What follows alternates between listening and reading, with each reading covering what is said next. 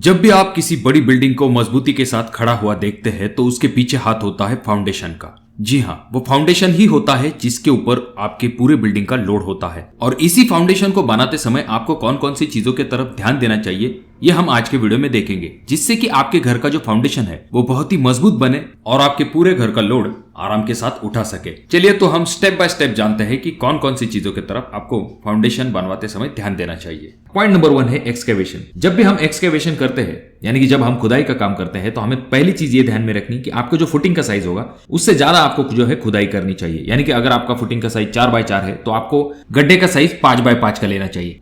इसका सबसे पहला रीजन ये हो जाता है, जब भी हम जेसीबी से खुदाई करते हैं ऐसे वक्त में जो गड्ढा होता है वो नीचे की तरफ नैरो होने लगता है।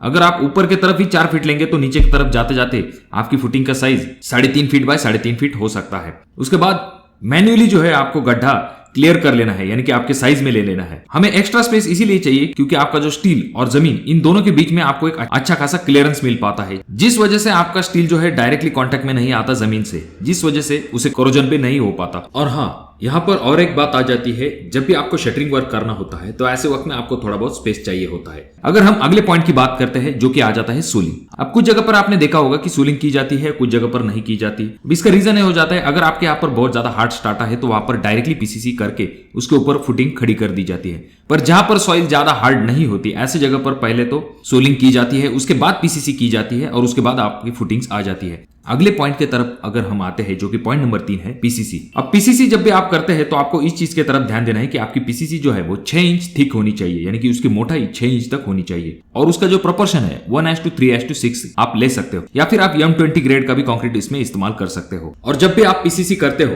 तो खास करके इस चीज की तरफ ध्यान दीजिए कि एक लेवल में आपकी पीसीसी होनी चाहिए। ये नहीं कि कहीं पर बेंड है या फिर एक साइड में स्लोप दिया है, ऐसा नहीं करना है। आपको एक समान लेवल में आपकी जो है पीसीसी होनी चाहिए, क्योंकि इसके ऊपर जब फुटिंग आएगी तो आपका जो फुटिंग का लोड होगा वो इवनली डिस्ट्रीब्यूट होना चाहिए। जब भी आप फुटिंग की मेश पीसीसी के ऊपर बिछाने लगते हो तो वहां पर अक्सर ही एक चीज देखी जाती है कि मिट्टी जो है वहां पर बहुत ज्यादा प्रमाण में गिर जाती है और लोग वैसे के वैसे ही काम करना शुरू कर देते हैं। तो ये गलत बात हो जाती है। आपको जो है अच्छे से झाड़ू मार के क्लीन कर लेना चाहिए। हाँ, थोड़ी बहुत मिट्टी जो है वो अक्सर ही पीसीसी पर आ जाती है, पर जितना पॉसिबल हो सकता है उतनी पीसीसी जो है आप क्लीन रखिए। और पीसीसी करने से पहले उसके नीचे की जमीन पे थोड़ा सा पानी मार लीजिए, जिससे कि आपके पीसीसी का जो पानी है वो नीचे की जमीन न खींचे। अगला पॉइंट आ जाता है जो कि है कवर। जैसा कि आप अगले वीडियो में देख रहे हो, यहाँ पर फुटिंग मेश को जो है कवर प्रोवाइड किया जा रहा है। ये कवर बहुत ही ज्यादा इंपॉर्टेंट है और आपका स्टील जो है बाहर के वेदर से डायरेक्ट एक्सपोज ना हो, इसकी वजह से कवर को प्रोवाइड किया जाता है। और जो आपकी फुटिंग जाली होगी उसको आपको खास करके यल प्रोवाइड करने हैं। और जो आपके कॉलम के बार आते हैं उनका भी जो यल प्रोवाइड किया जाता है तो उसका साइज मिनिमम 12 इंच तक होना चाहिए, यानी कि 1 फीट से कम इसे नहीं देना है। अब अगर हम बात करते हैं जो आपकी फुटिंग होगी उसके लिए कौन से ग्रेड का कंक्रीट इस्तेमाल करना चाहिए, तो मिनिमम आपको M20 ग्रेड का कंक्रीट जो है फुटिंग के लिए इस्तेमाल करना चाहिए। इससे ज्यादा करेंगे तो भी अच्छी बात होती है, पर मिनिमम को M20 ग्रेड का कंक्रीट जो है फुटिंग के लिए इस्तेमाल करना चाहिए, जिसका की प्रोपोर्शन होता है 1:1.5:3, यानी कि 1 part is cement, 1.5 part is sand and 3 part is aggregate. कुछ इस हिसाब से जो है आपको कंक्रीट ले लेना है। और जब भी आपकी फुटिंग का कंक्रीट चलता है ऐसे वक्त में आप अगर वाइब्रेटर का इस्तेमाल करेंगे तो आपकी फुटिंग के जो कंक्रीट होगा वो अच्छे से कॉम्पैक्ट हो पाएगा, जो एयर वॉइड्स होंगे वो अच्छे से रिड्यूस हो पाएंगे। तो इससे आपके कंक्रीट की जो ताकत होगी वो बढ़ने में बहुत ज्यादा मदद मिलेगी।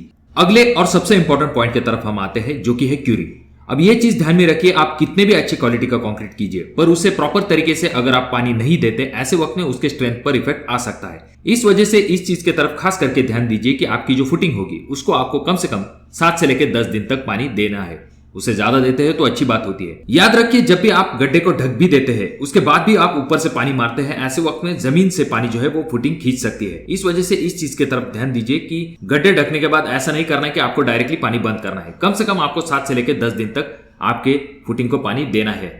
तो ये कुछ बहुत ही महत्वपूर्ण पॉइंट है जो कि आपको ध्यान में रखने हैं जब भी आप अपने घर का फाउंडेशन का काम करते हैं। तो मैं आशा करता हूँ वीडियो आपको अच्छी लगी होगी। अगर आपके कोई सवाल है तो कमेंट बॉक्स में कमेंट जरूर कीजिए। और हाँ, इस वीडियो का लाइक टारगेट हम रखते हैं 5000 लाइक। अगर आप चाहते हो कि आपका घर का काम जो है मजबूत क्वालिटी का बने तो चैनल को पहली चीज तो सब्सक्राइब कर दीजिए, क्योंकि हाउस कंस्ट्रक्शन रिलेटेड बहुत सारी इंपॉर्टेंट वीडियो जो आपको मिलती रहेंगी। तो मैं मिलूंगा आपको अगले वीडियो में, तब तक के लिए धन्यवाद।